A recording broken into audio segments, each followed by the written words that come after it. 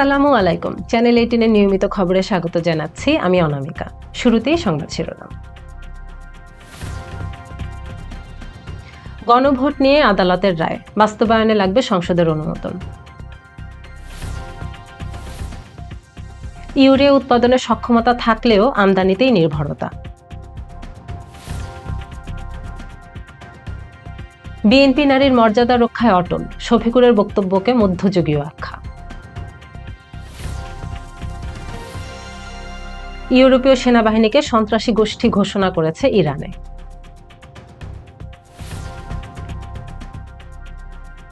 শুনছিলেন শিরোনাম, এবার বিস্তারিত। সংবিধানের পঞ্চদশ সংশোধনীর মাধ্যমে 2011 সালে বাংলাদেশের সংবিধান থেকে বাতিল করা হয়েছিল গণভোটের বিধান। 142 অনুচ্ছেদ প্রতিস্থাপনের মাধ্যমে সেই পথ বন্ধ করে দেওয়া হয়।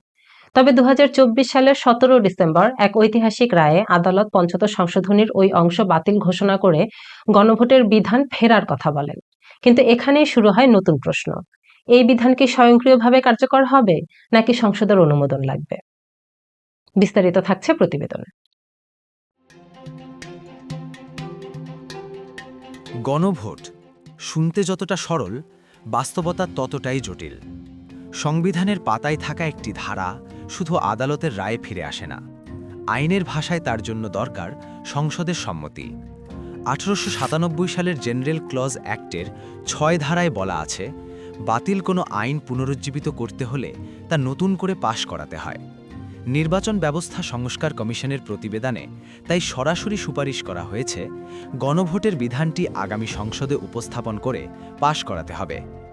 আইনজ্ঞ ও সংবিধান বিশেষজ্ঞদের মতো এক। তাদের মতে আদালত কোনো আইন বাতিল বা বেআইনি ঘোষণা করতে পারেন, কিন্তু কার্যকরভাবে ফিরিয়ে আনতে পারে না। সে ক্ষমতা একমাত্র জাতীয় সংসদের। সুপ্রিম কোর্টের জ্যেষ্ঠ আইনজীবী শাহাদিন মালিকের ভাষায়, রায়ের মাধ্যমে পুরনো আইন পুনর্বহাল করা যায় না। বিষয়টি সম্পূর্ণ টেকনিক্যাল। বাংলাদেশের সংবিধানে গণভোটের ইতিহাসও দীর্ঘ। 1979 সালে পঞ্চম সংশোধনীর মাধ্যমে প্রথম গণভোটের বিধান যুক্ত হয়।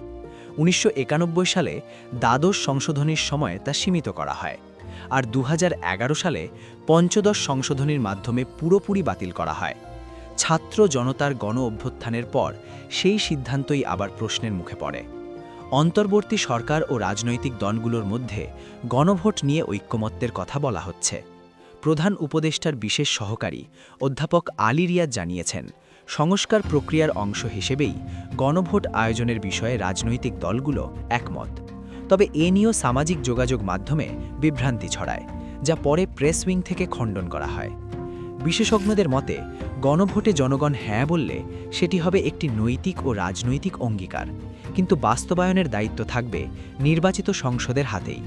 অর্থাৎ শেষ কথা বলবে সংসদ, কারণ সাংবিধানিকভাবে সর্বোচ্চ আইন প্রণয়নের ক্ষমতা তারই। দেশের ইউরিয়া সারের চাহিদা পূরণে রাষ্ট্রীয় কারখানাগুলোর সক্ষমতা থাকলেও বাস্তবে নির্ভর করতে হচ্ছে আমদানির উপর। গ্যাস সংকটের অজুহাতে রাষ্ট্রীয় মালিকানাধীন 5টি ইউরিয়া সার কারখানার 4টি বছরের 8 থেকে 10 মাস বন্ধ থাকে।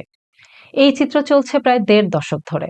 ফলে বছরে 26 লাখ টন ইউরিয়ার চাহিদার বিপরীতে দেশের কারখানাগুলো উৎপাদন করতে পারছে মাত্র 8 থেকে 11 লাখ টন।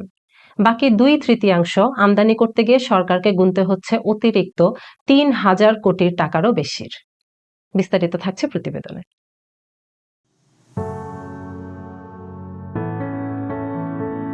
কারখানাগুলোতে নীরব চিমনি আছে, যন্ত্র আছে, শ্রমিক আছে, নেই শুধু পর্যাপ্ত গ্যাস।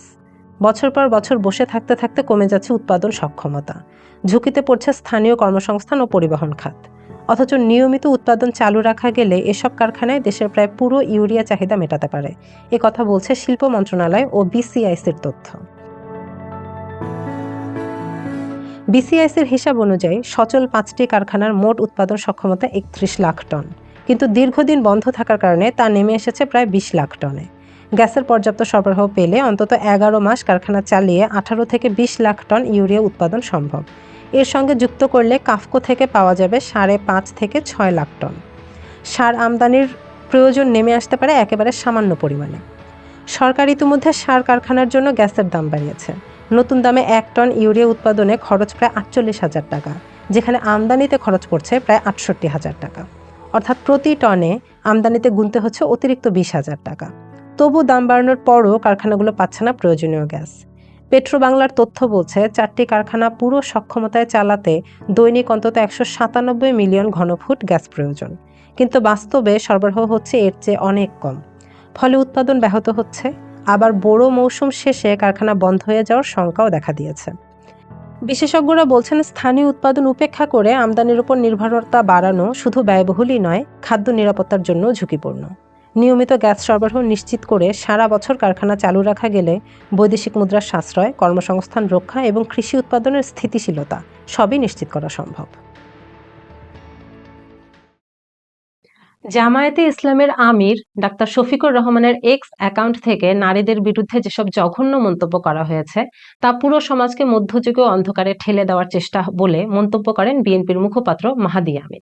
তিনি বলেন, বিএনপি নারীর মর্যাদা ও সম অধিকার রক্ষায় অটল, কোনো আপোষ নেই।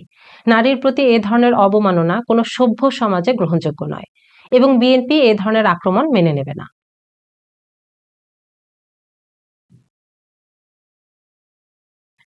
জাতি আগামী 12 ফেব্রুয়ারি গুরুত্বপূর্ণ বাঁকে দাঁড়াবে বলে মন্তব্য করেন জামায়াতে ইসলামী আমির ডাক্তার শফিকুর রহমান।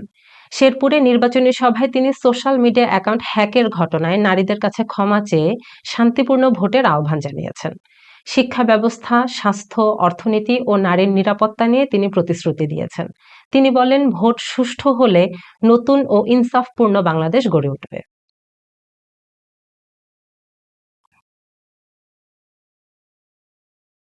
ইরান ঘোষণা করেছে ইউরোপীয় ইউনিয়নের দেশগুলোর সেনাবাহিনী তাদের কাছে সন্ত্রাসী গোষ্ঠী হিসেবে বিবেচিত হবে। সংসদ স্পিকার মোহাম্মদ বাকের কালিবাফ বলেন, ইউরোপের এই পদক্ষেপ নিজেদের পায়ে কুড়াল মারা সমতুল্য এবং এটি আমেরিকার অন্ধ আনুগত্যের ফল। জাতীয় নিরাপত্তা কমিশন ইউরোপীয় দেশগুলোর সামরিক আক্রমণকারীদের বহিষ্কারের বিষয়ে পররাষ্ট্র মন্ত্রণালয়ের সঙ্গে পরবর্তী পদক্ষেপ নিয়ে আলোচনা করবে।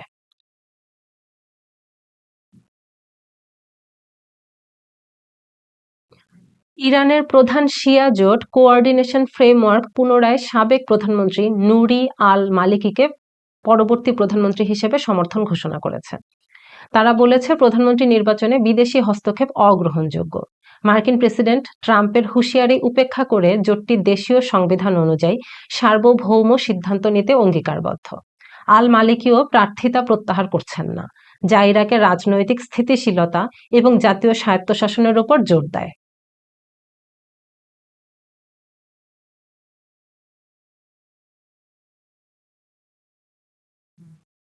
যুক্তরাজ্য ও জাপান প্রতিরক্ষা ও অর্থনৈতিক খাতে যৌথভাবে কাজ করার সিদ্ধান্ত নিয়েছে। টোকিওতে ব্রিটিশ প্রধানমন্ত্রী কিয়ার স্টারমার ও জাপানের প্রধানমন্ত্রী তাকাইচি বলেন, ইউরো আটলান্টিক ও ইন্দো প্যাসিফিক অঞ্চলে নিরাপত্তা শক্তিশালী করতে দুই দেশ একসঙ্গে কাজ করবে। তারা চলতি বছরে পররাষ্ট্র ও প্রতিরক্ষা মন্ত্রণালয়ে বৈঠক আয়োজনের প্রতিশ্রুতি দিয়েছেন। এছাড়া সরবরাহ শৃঙ্খলা ও গুরুত্বপূর্ণ বিরল খনিজ পদার্থের নিরাপত্তা বিষয়েও আলোচনা হয়েছে।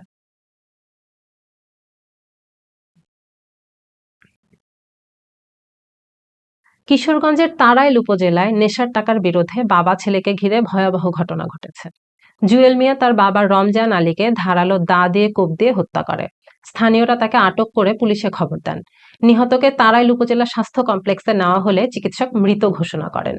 পুলিশ ঘটনাস্থল থেকে দা জব্দ করেছে এবং হত্যার অভিযোগে জুয়েলকে হেফাজতে নিয়েছে। মামলা প্রক্রিয়াধীন।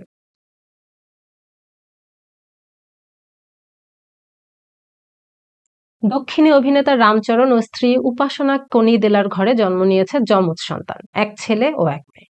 রামচরণের বাবা চিরঞ্জীবী আনন্দ ও কৃতজ্ঞতা প্রকাশ করে জানান, মা ও নবজাতকরা সুস্থ আছেন। সামাজিক মাধ্যমে এই সুখবরের পর ভক্তরা শুভেচ্ছা জানাচ্ছেন।